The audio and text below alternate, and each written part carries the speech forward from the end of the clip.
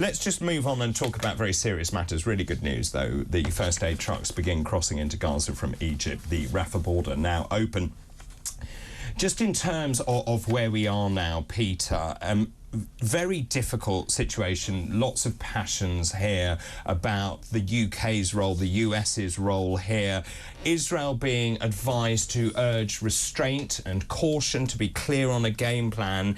And people have messaged in saying, well, imagine if the Scottish had invaded and killed people in England, would we show some sort of restraint? The impact in the United Kingdom is quite significant. I'm just interested in your thoughts here.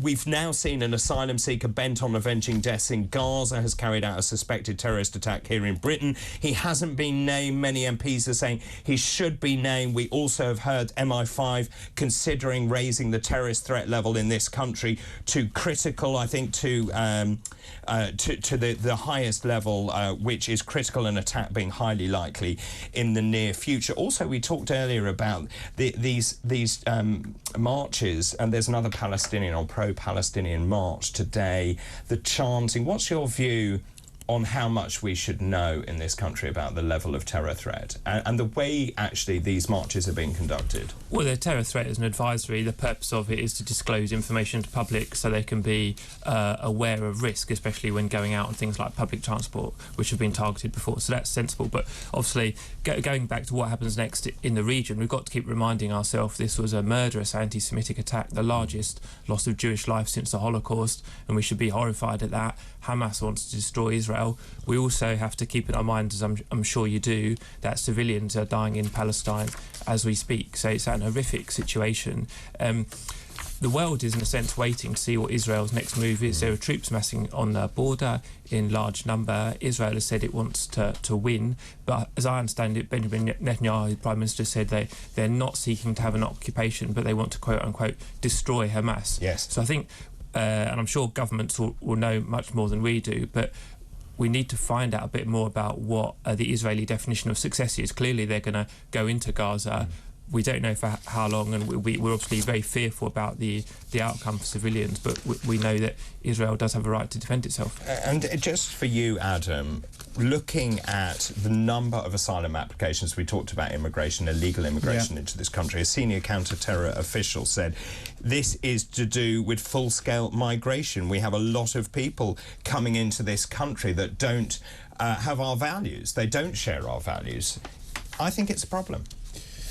Absolutely. Well, I think that obviously the terrible situation with everything that's happening, and you've got to support as best as you can. But I think you've got to support there and provide the aid there rather than flooding Britain with more people with different ideas and into our country, for sure. Because you've got to, and also when you're raising terrorist threat levels, that's because, you know, the people that are in our country that potentially could undertake those kind of things are going to have very, very different views. If you just keep flooding in from different places, I think you've got to provide the aid to support people there, and it seems like that's our intent. But yeah, I think that it's not about flooding Britain. But you've used the word flooding 3 times. I've got to challenge you on that. I'm worried that we're conflating aid to the Middle East and a terrorist threat at home and then asylum. Why do you use the word flooding?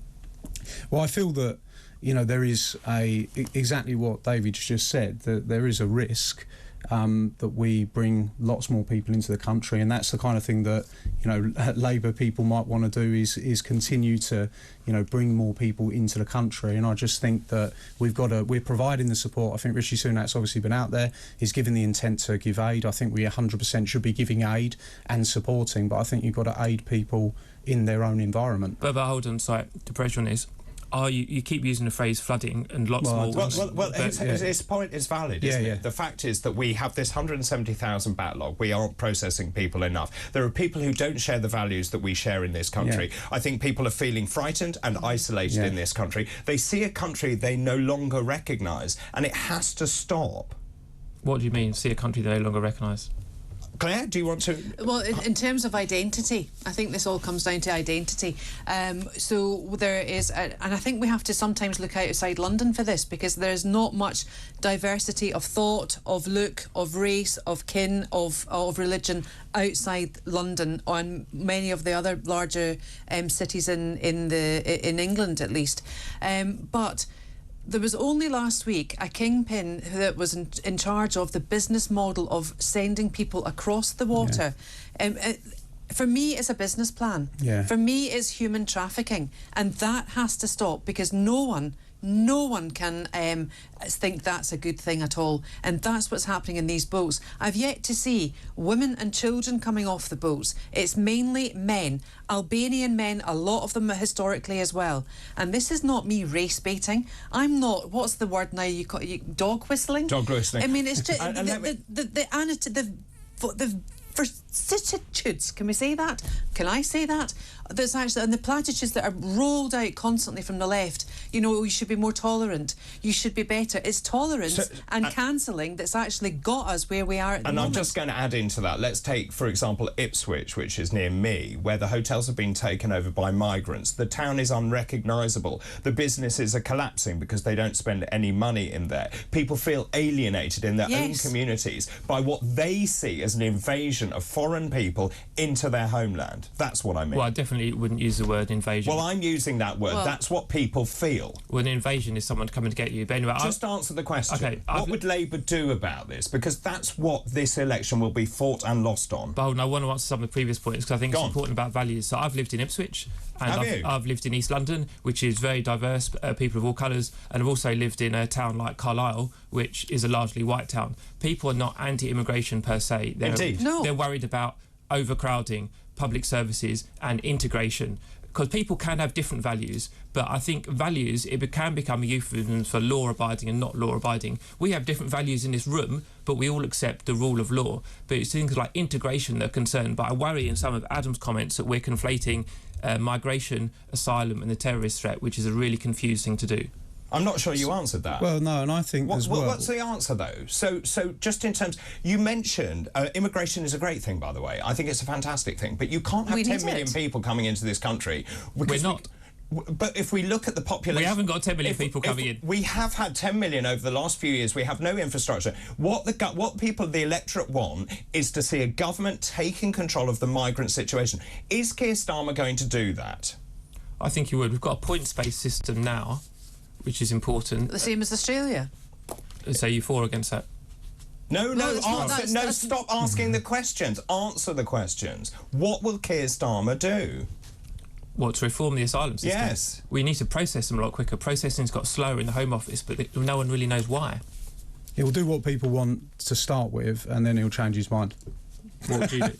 Well, what would I do? I think we follow the policy that's been set out. And I think that Rishi Sunak, at least he has said, this is our plan, he's executing on that plan. And I think this is the whole point, is in terms of the Conservatives, in terms of Labour, you're representing them very well today, because you're not making decisions based on it either. You're just asking questions. That's what they do, because they're just flip-flopping, diverting, rather than being direct. Well, I'm the only one that's used facts in this discussion. And you say, Labour, Yvette Cooper can articulate it very well, has this 5-point plan. Facts without an outcome, though. Why'd you say that? Because you're doing it again. You're asking more and more questions. I think at the end of the day, in terms of this election, you have to vote for a party you believe in. You shouldn't vote for the least worst option. Or that have clear intentions. I think that's fair. And Richard, who's just messaged in, has made a really good point. There's a silent army amongst us, housed quietly in hotels, paid for with credit that we will owe. It is time for this country to wake up. I'm going to leave you two with that thought. Thank you very much indeed for coming in. Peter Edwards, former editor of The Labour List, and Adam Stott, entrepreneur. That was today's Head to Head.